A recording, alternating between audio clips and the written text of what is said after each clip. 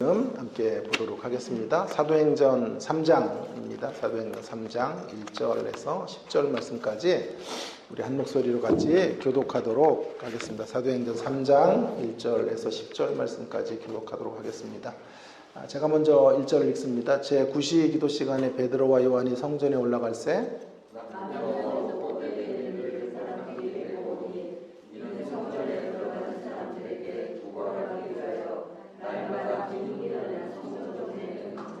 그가 베드로와 요한이 성전에 들어가려 함을 보고 구걸을 하거늘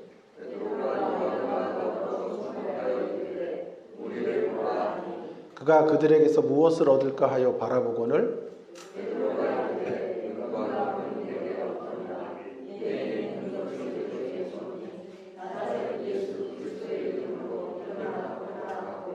오른손을 잡아 일으키니 발과 발목이 곧 힘을 얻고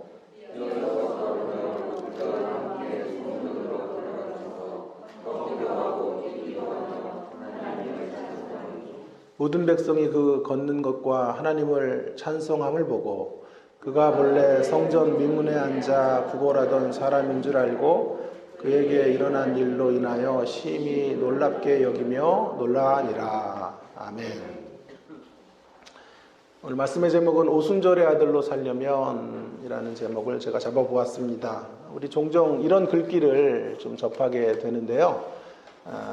그 사람은 시대의 아들이었다. 이런 글귀들 심심치 않게 보게 됩니다. 시대의 아들, 우리 모두는 시대의 아들입니다. 의식하든 의식하지 않든 간에 시대의 정신과 가치를 반영하며 이 땅을 살아가고 있습니다. 예를 들어 우리가 좋아하는 윤동주 씨의 시를 읽으려면요, 그가 어떤 시대를 살았는지를 먼저 파악해야 합니다. 그러면 그 시대의 아들로 그가 그 시를 쓸 수밖에 없었고, 그 시에서 표현하고 있는 것들이 시대를 반영하고 있다는 것을 우리는 파악할 수 있게 되는 것이죠. 저는 오늘 시대의 아들에 대한 강론을 하려는 의도가 있는 것은 아니고요. 우리가 누구인가, 저와 여러분이 오순절의 아들이다, 이런 이야기를 좀 하고 싶어서 이런 화두를 꺼내게 된 것입니다. 2장의 오순절을 지납니다. 그리고 3장에 이제 사도들이 오순절을 지나온 사람들이 안진뱅이를 고치는 이런 사건이 기록이 되어져 있습니다. 이러한 측면에서 본다면 3장의 사건은 그저 하나의 놀라운 기적 사건이 아니고요. 사실은 증인들이 어떻게 살아가야 하고 오순절을 지나온 사람들, 오순절의 아들들이 걸어가야 될 방향성을 말해주고 있는 메시지라고 보는 것이 더 타당할 것입니다. 오순절의 아들로 2장을 지나온 오순절의 아들들은 이제 3장에서부터 증인으로 사는데요. 그 오순절의 아들들이 걸어가는 방향 설정을 3장이 해주고 있다라고 볼 수 있겠습니다. 그래서 오순절의 아들로 살아가는 어떤 방향 설정이 어떤 것인지 우리의 방향성에 대한 문제를 한번 고민해 보려고 하는 것이죠. 오늘 제가 설교를 할 때 두 가지 좀 전제를 좀 깔고 설교를 하겠습니다. 첫 번째로는요, 본문을 순차적으로 다루지 않을 것입니다. 1절 다음에 2절 이런 식으로 본문이 기록된 순서대로 다루기보다 논리적 순서를 따라 본문을 좀 제가 읽어가는 이런 방식으로 설교해 가겠습니다. 뒤로부터 읽어서 앞으로 올라가는 방법으로 거슬러 올라가도록 하겠습니다. 최근에 이런 시도들이 좀 있는 것 같아요. 로마서 거꾸로 읽기 뭐 이런 책도 저명한 학자가 냈고요.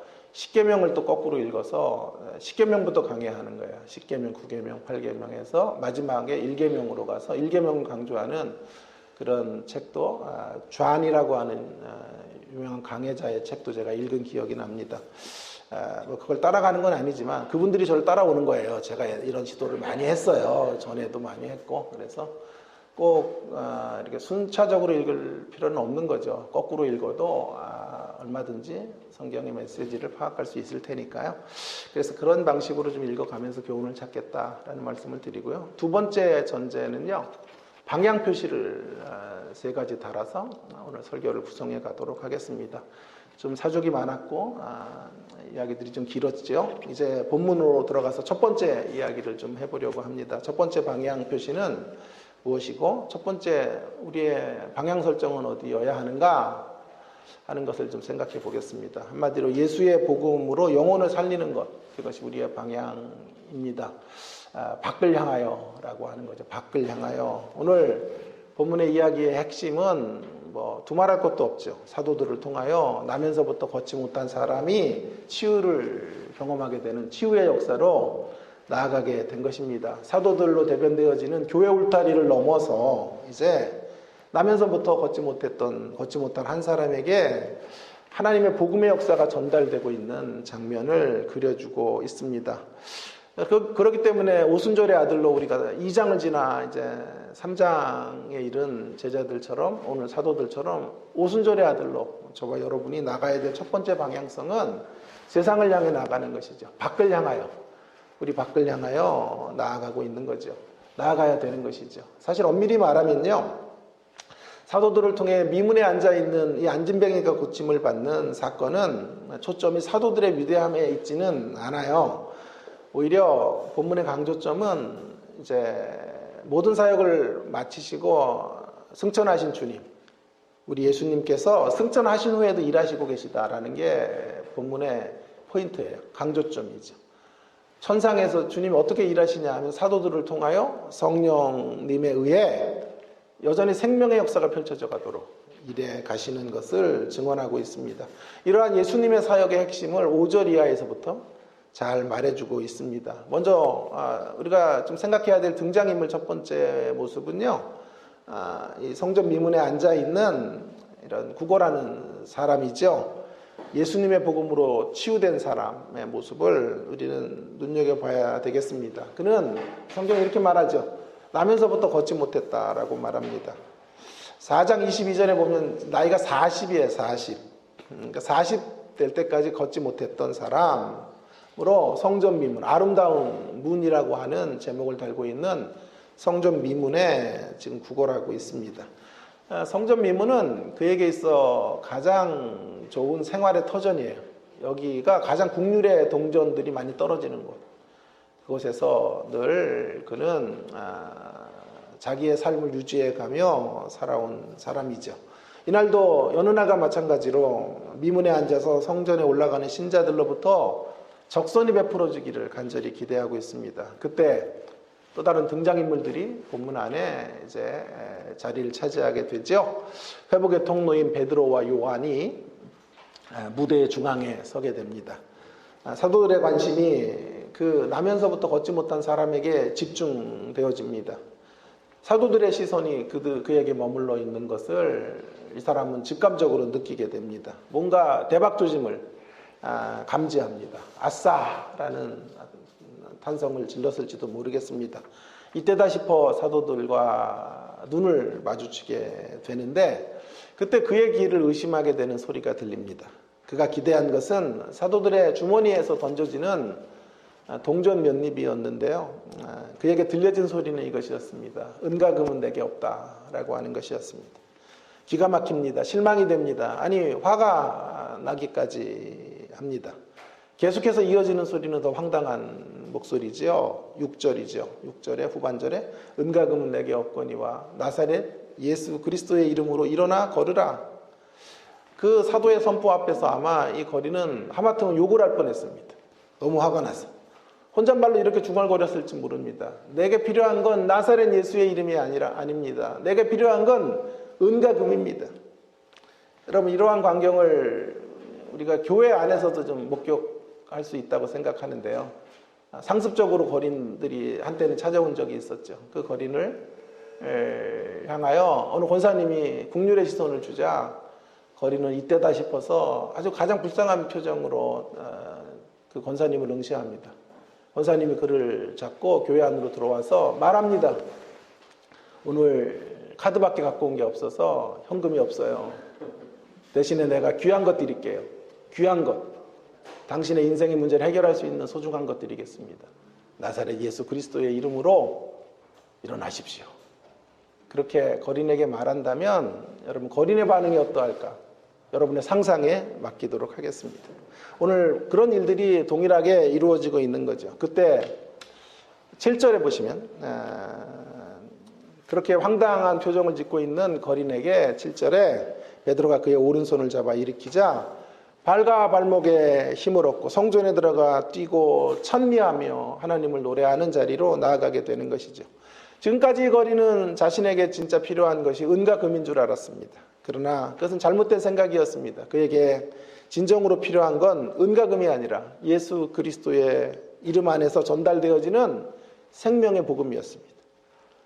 그에게 반드시 있어야 될 것은 하늘 생명의 위대함과 풍성함, 그것을 경험하는 것이었습니다. 그래서 어떤 분은 오늘 본문을 이렇게 말했더군요. 우리의 사명은 이러한 차원에서 새로운 적선을 하는 것이다. 새로운 적선, 새로운 차원의 적선. 새로운 차원의 적선을 우리는 해야 된다. 세상을 향해. 물질을 나누는 적선 필요하죠. 그러나 그걸 넘어서 영적 생명을 나누어주는 적선. 육신의 적선이 귀하지만 근본적인 인생의 문제를 해결할 수 없어요. 그것으로 인생의 내적인 갈망을 충족시켜 줄 수 없어요. 세상에 진짜 필요한 건 예수 생명의 복음이 전달되어지는 새로운 차원의 적선입니다. 여러분, 저는 이 대목에서 좀 굉장히 귀한 중요한 지점 하나를 여러분들과 좀 나누고자 하는데요. 오순절 성령을 경험하고 제자들에게, 사도들에게 일어났던 가장 큰 변화가 바로 이것이라는 거예요. 보세요. 성령의 강력한 능력을 경험하고 2장을 지나 3장에 이르러서 베드로와 요한을 대변으로 하는 교회가 어떻게 바뀌었는가 하는 대목이 참 중요한 대목인데요. 놀랍게도요. 매우 작은 자, 소외된 자, 주변인 한 사람에게 새로운 차원의 적선을 하고 있는 모습으로 바뀌어가고 있다는 거예요. 역사의 획을 그을 만한 어마어마한 부흥을 경험한 사람들. 그들에게 일어났던 첫 번째 사건은 어쩌면 첫 번째 공개적인 사역은 대단한 일이 아니었다는 거죠. 새로운 적선이었죠. 성전 미문에 앉아서 40년 동안 구걸했던 한 사람의 인생의 문제를, 근본적 인생의 문제를 해결해주는 바로 그것이었습니다. 무슨 대단한 일이나 엄청난 사역의 현장으로 뛰어드는 것이 아니고요. 한 장애우가 가진 아픔을 깊이 공감하면서 그에게 근원적인 답을 주는 것이었다는데 오늘 본문에 커다란 충격이 있다고 생각합니다. 사실 본문엔 두 가지 기적이 있는 거예요. 안진뱅이가 일어난 기적 하나, 또 하나는요. 사도들이 한 영혼의 가치에 눈뜨게 된 거예요. 한 영혼의 가치에 눈뜬 거예요. 한 영혼의 가치. 여러분, 우리 모두 이렇게 한 영혼의 가치를 소중히 여겨야 돼요. 저는 설교자예요.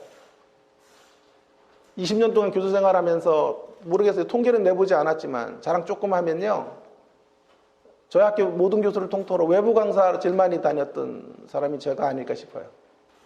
거의 매주 이렇게 설교를 하러 다니잖아요. 어떤 교회가 힘을 주겠습니까? 수천 명 모인 교회에서 설교하고 이찬수 목사님 교회 같은 데 가서 설교할 때는요. 설교 자동으로 돼요. 원고도 필요 없어요. 왜냐하면 그 청중들이 그 진리의 함성으로 아멘을 외쳐주고 막 무슨 극장 쇼 같은 예배들이 진행이 되고 하는 자리에 덩달아 저도 충만해진단 말이에요. 힘든 교회는 몇 명의 사람들이 모여서 예배하고 할 때 낙심되고 좌절되는 거예요. 그러나 한 영혼의 가치에 눈을 뜬다면 그런 저의 모습은 하나님 기뻐하시는 모습이 아닌 거예요. 그래서 작게 모였을 때 더 힘있게 설교하고 더 간절함으로 말씀을 전하고 하는 자세가 없다면 속물이죠. 오늘 이 사도들이 이 대목에서 참으로 놀라운 지점들로 나가고 있는 것을 우리는 주목해야 됩니다. 매우 작은 일, 작은 일상의 자리 속에서 만나게 되는 작은 사람들을 향하여 시선을 집중하고 있는 거예요. 그리고 그를 간절한 마음으로 회복시켜주는 일에 자기가 쓰임받기를 간절히 원하는 이런 모습으로 오순절 성령이 그들을 그쪽으로 이끌어줬다는 거예요. 저는 어릴 때 순복음교회를 다녔어요. 당연히 강력한 오순절 성령 경험하기를 원했어요. 사람들이 방언을 말하게 되는 걸 보면서 저도 그런 역사를 달라고 얼마나 간구했는지 몰라요. 어머님이 아프셨기 때문에. 어머님 병이 제가 큰 은혜를 경험하고 강력한 성령의 능력을 경험해서 치유의 은사 같은 거 경험해서 어머니 병도 좀 내가 고쳐드리기를 원했고, 그때 저의 가장 존경하는 목사님은 조용기 목사님이었기 때문에 성령의 불 받으면 저도 조용기 목사처럼 큰 교회 하는 줄 알았어요. 다 그런 얘기들로 간증하기 때문에 병자 고치고 가난을 이기고 거부되고, 또 그래서 우리 단칸방에 살았는데 거기 좀 출애굽해서 내 방이 있는 집으로 좀 가고, 그리고 내가 사역자의 길을 걷는다면 조용기 목사 정도의 큰 교회를 하고 싶다. 성령의 불을 주십시오. 그렇게 제가 얼마나 기도했는지 몰라요. 한 번도 얘기 드렸죠. 제가 한월산 기도원에 가서 방언 테스트도 받았어요. 안수 기도를 해주시는데 의족이죠, 그분. 의족으로 한 1000여 명도 넘게 모였는데 한 영혼 한 영혼 다 안수 기도를 해주는 거예요. 땀을 막 비오도 흘리면서. 제가 중간쯤 앉았는데 탁 제 어머니의 손을 막 손이요. 그 깡패 출신이기 때문에 그런지 손이 막 소뚜껑만 해요. 엄청난데 탁 저를 하는데 그때 그냥 방언이 터진 거예요. 무슨 방언을 했는지 몰라. 1번 방언을 했는지 몰라. 터졌는데 합격 그러더라고요. 합격. 그래서 제가 이천석 목사한테 합격받은 사람이에요. 이천석 목사. 한월산 기도. 그리고 이제 신학을 하려고 고민하는 중에 하나님 앞에 양심이 있어야죠. 하나님의 응답도 없이 신학하는 건 사기잖아요. 그래서 하나님 앞에서 간절히 기도하고 금식을 했어요. 강남 금식 기도원 가서 금식 기도하는데 최자실 목사님 방에 들어온 거예요. 들어왔는데 다 이렇게 마룻바닥에 무릎 꿇어 앉더라고요. 나만 누군지 몰랐어요. 여기 흰 모자 같은 거 둘러쓰고 할머니 한 분이 들어오시니까 난 누군지도 몰랐어요. 그랬더니 내려오라 그래가지고 갔더니 최자실 목사님이래요. 그분들의 우상이지. 이분이 또 한 분 한 분들 또 해서 방언이 막 터지더라고요. 저한테 이제 왔는데 안수해 주시더라고요. 방언기도 하라 그래서 막 방언기도 이천석에게 합격했던 거 막 했더니 가짜래요, 저거로. 영이 틀려요. 이천석의 영과 최자실의 영이 틀리더라고요. 가짜라 그래요. 내가 깜짝 놀란 거죠. 제가 방언했는데요. 그랬더니 방언이 가짜 방언이래요. 어떡하냐고 그랬더니 최자실 목사님 방언하고 싶냐고. 너무 하고 싶죠, 방언. 제 평생에서 온 방언하는 겁니다. 그러면 따라하라 그래요. 할렐루야를 빠른 속도로 100번 이상, 200번 이상, 300번 이상 계속 빨리 하라 그래요. 그래서 제가 할렐루야, 할렐루야, 할렐루야, 롤렐루야, 롤렐루야 하다가 방언이 터진 거예요. 랄랄랄라 하고 방언이 터진 거예요. 합격! 이렇게 받아요. 제가 이래봐도요, 이천석이 검증하고 최자실이 인정한 그런 사람이에요. 여러분 시시하게 보지 마세요, 저를요. 그래가지고 뛸 듯이 기뻤는데 그때부터 이게 혼란이 생긴 거예요, 제 머릿속에. 누구의 하나님이 옳은가? 이천석 씨의 하나님이 옳은가? 최자실의 하나님이 옳은가? 그래서 그때부터 방언을 못 하겠더라고요. 너무 인위적이라고 느껴지니까. 방언을 무시하는 거 절대 아니에요. 방언의 역사 귀한 거고, 방언을 통해 기도를 기피하는 분들이 많기 때문에 방언을 폄하하는 것만큼 유치하고 한심한 이야기가 없어요. 아니, 영적으로 방언을 통해서 하나님을 누리고 있는데 그것이 없다거나 그것이 틀렸다고 하면 잘못된 거죠. 절대 그런 얘기를 하는 게 아니에요.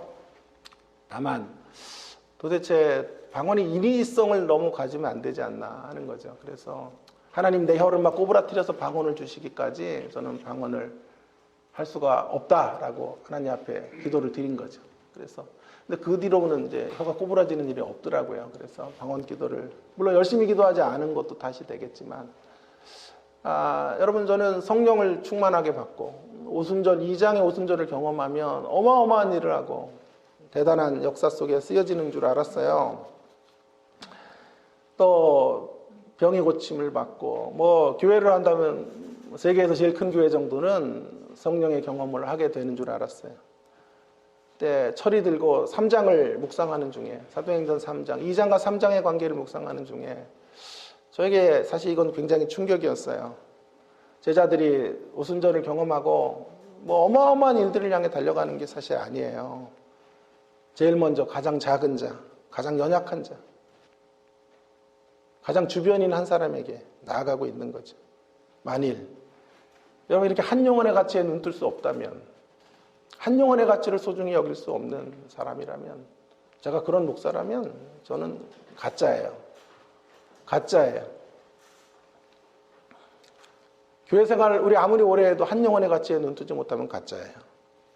목사 아무리 오래 하고 신학교 교수를 뭐 수십 년 해도 한 영혼의 소중함을 붙잡고 아파하고 괴로워하고 힘들어하고 그 한 영혼을 변화시키는 일을 향하여 내 인생을 던질 수 없다면 가짜예요.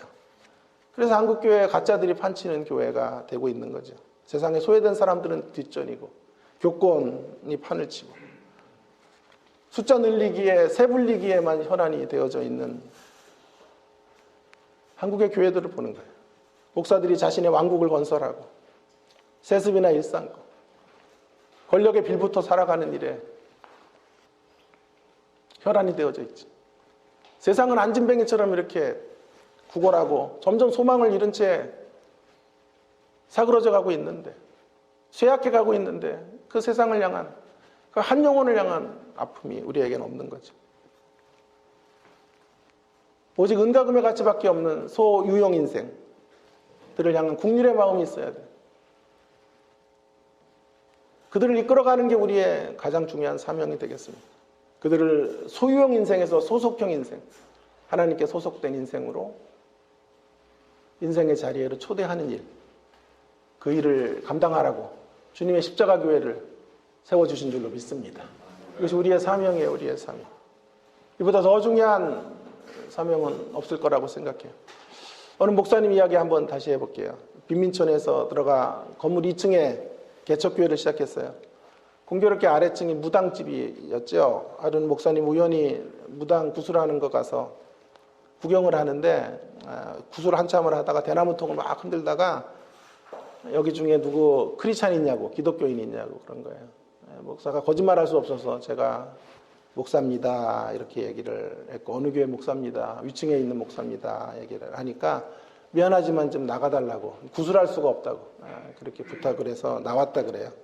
그리고 다음 주가 됐는데 한 7명의 성도가 교회에 온 거예요. 어떻게 오셨냐 그랬더니 그 밑에 무당이 보내서 왔다는 거예요. 무당이 교회 가야 된다, 영원히 살려면 교회 가야 된다. 그래서 참 좋은 무당이다 이런 생각을 하고 만나면 감사해야 되겠다라고 생각을 했대요. 그러다가 우연히 골목에서 만난 거예요. 그래서 감사하다고 전도까지 해주시고 사랑까지 보내주셔서 고맙다고 했더니 천만의 말씀이라고, 저도 앞으로 기독교가 참 종교인 걸 제가 알아요. 그래서 앞으로 끝내는 교회로 갈 거라고 그렇게 얘기를 하면서 이렇게 얘기했대요. 저한테 고마워할 필요 없다고, 천만에요. 우리 같은 업에 종사하는 사람들끼리 서로 돕고 살아야 하지 않습니까? 이렇게 얘기했대잖아요. 같은 업. 몰라, 무당과 우리가 같은 업인지는 모르겠는데요. 어쨌든 기독교의 차별성, 기독교 될 수 있는 가장 강력한 어떤 뚜렷한 차이점은 예수 그리스도의 생명의 역사가 기독교 안에서만 펼쳐지게 되는 거예요. 우리는 예수 그리스도의 복음을 들고 있는 사람들.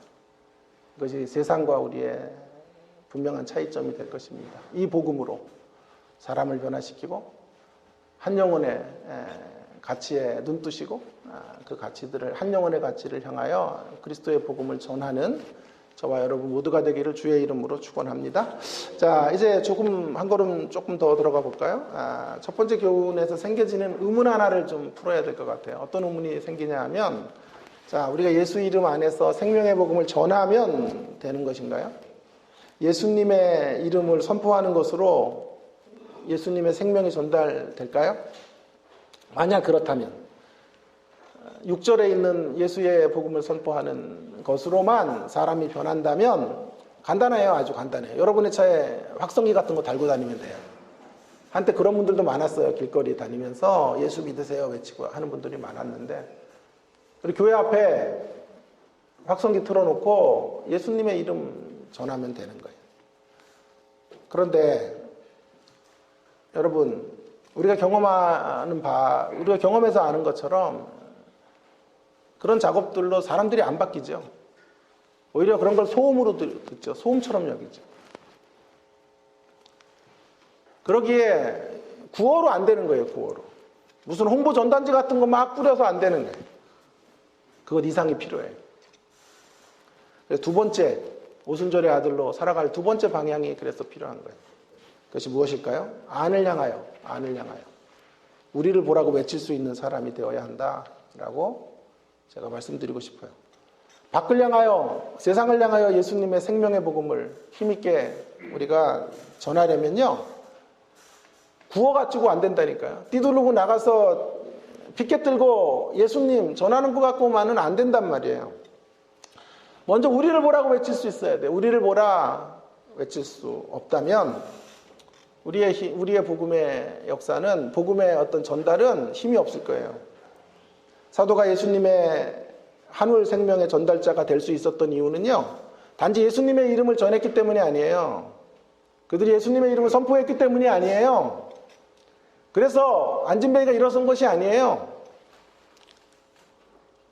여기에 많이 속죠. 예수님의 이름을 제대로 전하면 된다라고 생각하죠. 제대로 예수님의 이름을 전해도 역사가 이루어지는 건 또 다른 문제예요. 아는 것과 사는 게 그렇게 같은 문제로 가지 않아요. 이 함정에 우리가 많이 빠지죠. 자, 4절을 보세요. 사도는 먼저 우리를 보라고 외쳐요. 베드로가 요한과 더불어 주목하여 이르되 우리를 보라. 사도들의 선포가 힘이 있었던 이유는요, 치유와 회복을 이루어낼 수 있었던 이유는 우리를 보라고 외칠 수 있는 복음이었기 때문에 힘이 있었던 거예요. 우리를 보라. 이것이 사도와 우리의 차이예요. 사실 6절의 차이보다 큰 차이는요, 6절의 유무가 그 차이점, 차별화가 이루어지는 길목이 아니고요, 4절의 유무가 더 결정적인 거예요. 4절의 유무. 6절, 우리도 방식과 정도는 달라도요, 6절의 선포를 하고 있어요. 진짜 사랑하는 사람에게 권면해봤잖아요. 그죠? 교회에 좀 와. 우리 자녀들에게 좀 권면해봤잖아요. 예수님 믿어봐. 아는 친척들에게, 사랑하는 친구에게 이런저런 방식으로 우리 복음을 전하지 않았어요? 교회를 소개해줬죠. 주님의 십자가 교회 한번 와봐. 6절이 있었다니까요, 우리에게도. 그런데 사도들의 복음 전파는 힘이 있고 우리는 그렇게 힘이 없었던 이유는 4절이 없어서 그래요. 4절의 부재 때문이죠. 4절의 부재. 우리를 보라고 외칠 수 없는 복음이기 때문에 그래요. 우리를 보라고 외칠 수 없는 복음이란 머리로, 지식으로, 학습으로 혹은 알게 된 주님을 전하는 거예요. 교리 문답 같은 것으로 알게 된 주님 전하는 거예요. 반대로 우리를 보라고 외칠 수 있는 복음이란, 우리를 보라고 외칠 수 있는 복음이란, 복음이 우리 안에 가슴으로, 체험으로, 또 간증으로 꺼낼 수 있는 형태로 복음이 우리 안에 들어와 있는 그 상태, 그 상태가 우리를 보라고 외치는 거죠. 이 간증도 제가 했어요. 이 얘기도. 이병욱이라고 하는 의사 전도왕, 암 권위자인데 전도를 그렇게 많이 하시죠. 천국 가면 신자들이 주님 어떻게 말한다 그래요? 주님 만나면.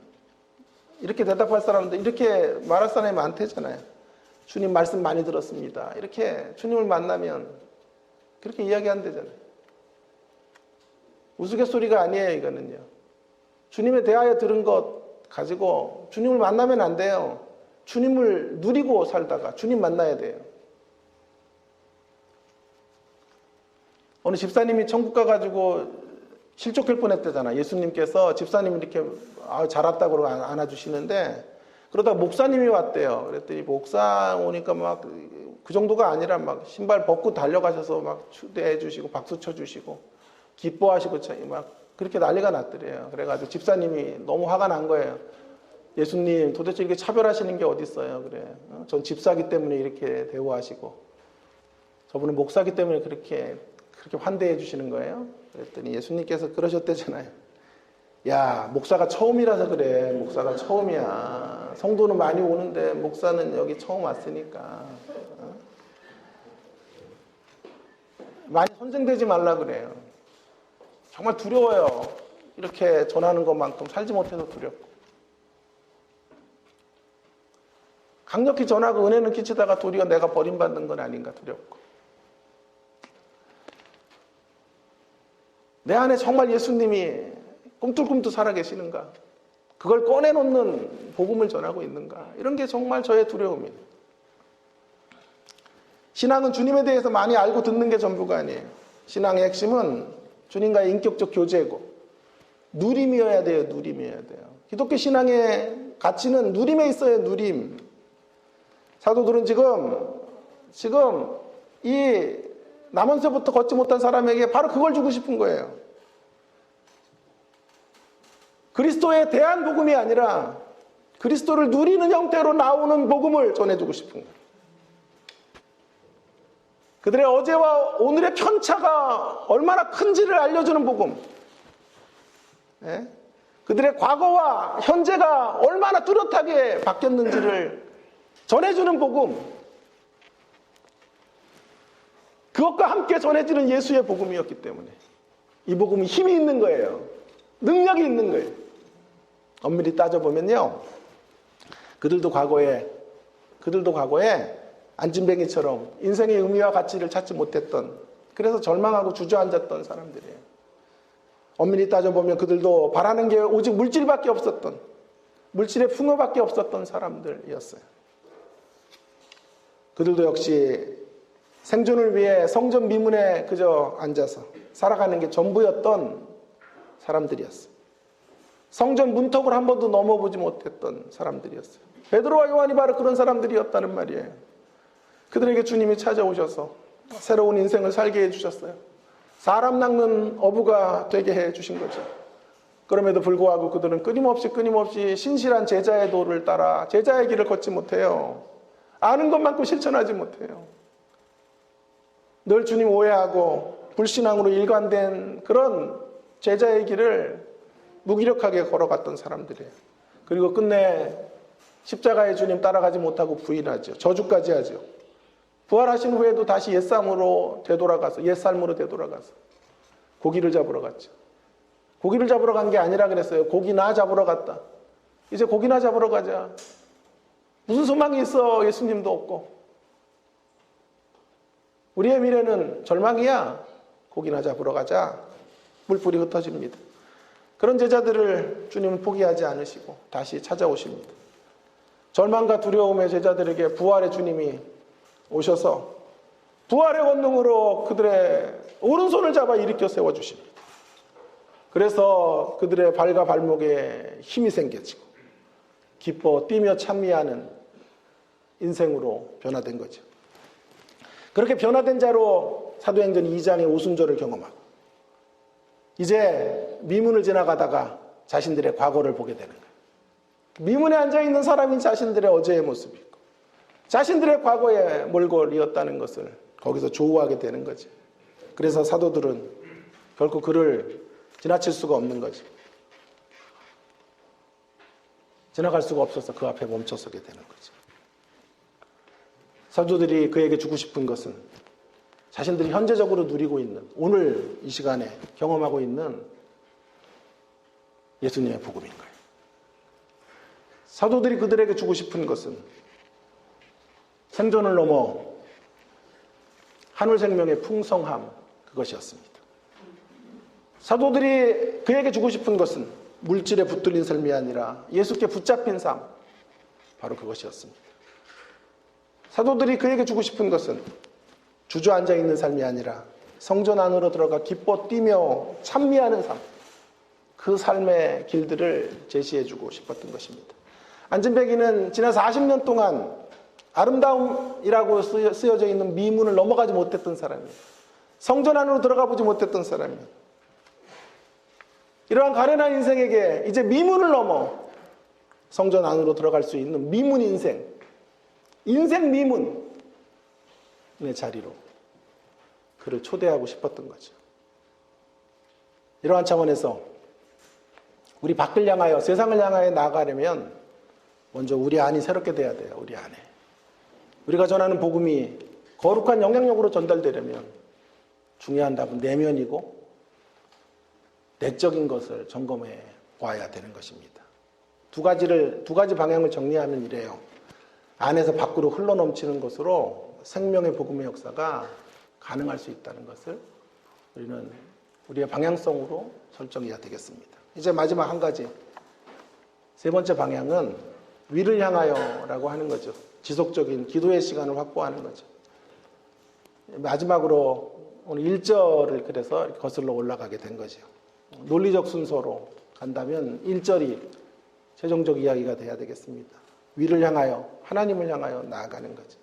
제 구시기도 시간에 베드로와 요한이 성전에 올라갔어요. 사도들의 사역의 비밀과 원동력이 무엇인지를 본문이 강조하려고 그래요. 그들이 구시기도 시간을 확보했다는 거죠. 하나님의 사역이 녹록하지가 않아요. 하나님의 사역이 쉬운 게 하나도 없어요. 인생사가 쉽지 않듯 주님의 사역이 그렇게 만만한 사역이 없어요. 교회들을 돌아다녀 보지만요, 만만한 교회가 없어요. 호락호락한 교회가 없어요. 어느 교회든 다 아픔과 상처와 고민들이 있고 갈등이 있어요. 얼마나 힘든지 몰라요, 우리의 사역의 현장이라는 게. 학교는 어때요? 밖으로 제가 폼 잡고 다니지만요, 학교 안에 들어가면 머리가 아파요. 골치 아픈 집단이 교수 집단인 거죠. 여러분, 그러한 자리에서 우리가 변화를 만들어낸다는 건 참 힘든 일이에요. 하나님 앞에서 우리의 속사람을 새롭게 한다는 것은 쉬운 일이 아니에요. 비장한 각오와 결단으로는 안 돼요. 그것으로만 된다면 기독교 신앙처럼 쉬운 게 어디 있어요? 결단하면 되잖아요. 은혜 받고 결심합시다. 그것으로 되든가요? 안 돼요. 또 넘어지거든. 그러니까 다시 또 은혜 받고 또 결심하다가 또 넘어져요. 그런 삶을 계속 쳇바퀴 돌도 살면서요, 삶이 늘지를 않고 맷집만 늘어요. 맷집만 계속 늘어가지고 이제는 웬만한 메시지 갖고 은혜도 못 받아요. 삶도 안 살면서 은혜의 또 기준은 또 높아져가지고 웬만한 강사 세워갖고 은혜 못 받아요. 맷집이 자꾸 늘어나는 모습인 거지. 우리들의 인간적인 결단이나 결단의 신학으로는 안 돼요. 결심한 것만큼 무너지고 더 결심하면 더 크게 우리는 무너져요. 그래서 오늘 본문의 세 번째 방향성이 위를 향하여라고 하는 방향성이 나오게 되는 거예요. 기도에 대한 언급이 여기 들어오게 되는 거죠. 지금 성전에 올라가는 사람들은 사도행전 2장을 지나온 사람들이에요. 불에 혀같이 갈라지고 하늘을 가르고 강림하신 성령의 초자연적인 역사를 경험한 사람들이에요. 강력한 부흥, 역사상의 가장 위대한 부흥을 맛봤던 사람들이에요. 그러면 이 오순절의 약발로 몇 년 우려먹어도 되잖아요. 몇 년 우려먹어도 충분할 것 같은데 그러지 않았습니다. 그들은 새로운 날, 새로운 은혜를 구하기 위해 성전을 향하여 다시 구시기도 시간을 향해 올라가고 있는 거죠. 제가 좋아하는 표현이 이거예요. 어제의 은혜로 오늘을 살 수 없어요. 어제의 은혜로 오늘을 살 수 없어요. 오늘의 은혜로 오늘을 살기 위하여 구시기도 시간을 확보할 수 있는 우리가 되기를 간절히 바랍니다. 그 기도의 자리에서 무엇보다도 먼저 바꿔야 될 게 한 가지 있어요. 그게 뭘까요? 내면이라니까요. 인격이라니까요. 성품이라니까요. 내면과 인격과 성품을 먼저 주님 바꿔주십시오. 베드로후서 1장 4절에 신의 성품에 참여하는 자로 우리를 불렀다. 성품이에요, 성품. 변화의 초점은 성품에 있어요, 성품. 인격에 있어요. 품성에 있는 거예요, 품성에. 남다른 업적보다, 위대한 사역보다 귀한 건 어떤 인격됨을 갖고 있느냐, 어떤 비잉을 갖고 있느냐, 어떤 내면의 세계를 가지고 살고 있느냐 하는 것이 우리의 변화의 키가 되겠습니다. 종교성 깊어지는 거 말고요, 인격적 품성이 깊어지는 그런 변화의 자리를 위하여 구시기도 시간 꼭 확보하시는 우리가 되기를 바랍니다. 또한 기도의 자리에서 확보해야 될 것은 사역적 힘과 능력이에요. 능력 없이 이 사역 못해요. 우리 능력 없이 주님의 십자가교회 이끌어갈 수 없어요. 강력한 능력이 우리에게 있어요. 하늘의 능력이 우리를 사로잡아야 교회를 주님이 원하시는 기뻐하시는 모습으로 세워갈 수 있어요. 하나님은 기도하는 자를 쓰시는 거지. 그래서 구시기도 시간을 확보하신 역사 속에 이런 기적들이 일어나게 하시죠. 뿐만 아니라요, 사도행전 10장에 가시면 베드로가 또 한 번 기도하는 장면 속에 고넬료를 변화시키는 이야기가 나와요. 10장 9절이죠. 이튿날 그들이 길을 가다가 그 성에 가까웠을 때 베드로가 기도하러 지붕에 올라가니 그 시각은 제6시더라. 구시와 육시기도 시간을 확보하는 거예요. 우연의 일치가 아니에요. 성경의 의도성을 따라 기록되고 있는 거죠. 육시기도 시간 가운데 환상을 보게 되고 그 환상 속에 고넬료 가정을 이끌어가는 그들을 구원의 자리로 세우는 통로가 되는 자리로 나아가게 된 거죠. 구시기도 시간, 육시기도 시간을 확보해서 하나님 베드로를 통해 구속사의 중요한 경점마다 지점마다 일하셨다 라고 하는 것을 말해주고 있는 거죠. 제가 제일 부러운 목사, 기도의 열기로 한 생애 동안 목회하는 목사라니까요. 설교는요 준비하면 할 수 있을 것 같아요. 그러나 기도의 열기를 끌어서 사역하는 건 정말 어려운 일인 것 같아요. 설교로 밤을 샐 수 있어요. 그러나 기도로 밤을 새기는 정말 어려운 일인 것 같아요. 많은 사람들이 기도하라 그러면 이렇게 말하잖아요. 삶이 기도라고. 그런 말 진짜 싫어한다니까요. 늘 그런 분들에게 일침을 놓죠. 제가 삶을 위한 기도를 하셔야지 삶이 기도라고 하지 말고 삶을 위한 진지한 기도. 우리 인생에 얼마의 시간 동안 더 이 땅에 머물러 있을지 몰라요. 살아가는 동안 우리 어떻게 살아가야 하는지에 대한 진지한 기도. 주님, 제가 어떻게 바뀌어야 되겠습니까? 이런 인격으로 살다가 끝나면 되겠습니까? 진지한 기도가 우리에게 있어요. 주님의 사역 좀 이렇게 힘있게 좀 감당하다가 주님 앞에 서고 싶습니다. 종교인의 허울을 가지고 살다가 그저 교회 생활 정도 하는 게 아니라 진짜 신앙생활 하고 싶어요. 그리고 신앙생활 정도가 아니라 생활신앙으로 가고 싶어요. 교회 생활 만족하면 안 돼요. 신앙생활을 해야 되고 신앙생활로도 만족하면 안 돼요. 생활신앙으로 나아가는 자리로 주님 가고 싶습니다. 그러기 위해서 위를 향하여 나아가는 방향표시를 존중하시고 따라가시는 저와 여러분 모두가 되기를 주의 이름으로 축원합니다. 오늘 말씀을 정리하겠습니다. 우리 모두는 오순절의 아들들입니다. 성령이 아니고서는 예수를 주라고 고백할 수 없으니까요. 우리 모두 오순절을 지나온 사람들이라고 해도 틀리지 않을 것입니다. 오순절을 경험한 사람들이에요. 이제 우리가 나가야 될 길은 선명해졌어요. 우리가 나가야 될 길은 증인으로 사는 거예요. 예수의 복음으로 세상을 향하여 밖을 향하여 나아가는 거예요. 연약한 자, 소외된 자, 성전의 미문에 앉아서 한 번도 성전 안으로 들어와 보지 못한 자들을 성전 안으로 초대하는 일에 우리의 남은 인생이 쓰여지기를 간절히 바랍니다. 그것을 위해 반드시 한 가지가 전제돼야 되는데 누려야 돼요. 기독교 복음을. 종교로 무성한 삶이 아니라 기독교 복음을 누림의 형태로 우리를 보라고 외칠 수 있는, 세상을 향하여 우리를 보라고 외쳐야 돼요. 아니 더 정확히 우리 안에 있는 예수님을 보라고 외칠 수 있는, 그 예수님이 계시니까 이렇게 바뀌고 예수님을 만나니까 이렇게 새로워지지 않느냐 하는 것을 말할 수 있는 사람들 되어야 되겠어요. 이를 위해 중요한 것이 있다면 결심과 각오가 아니라 자세예요. 자세. 신앙은 모두 자세의 문제예요. 자세의 문제. 늘 무릎 꿇는 자세. 얼마 동안 오래 기도하느냐보다 늘 하나님 앞에 겸손하게 엎드리고 주의 도우심을 구하고 주의 인도를 받으려고 하는 그런 신앙의 자세가 기도의 모습인 거예요. 오순절의 아들들답게 밖을 향하여, 안을 향하여, 그리고 위를 향하여 세 가지 방향표시를 존중하면서 살아가게 되는 모든 성도님들 되시기를 주의 이름으로 축원합니다. 우리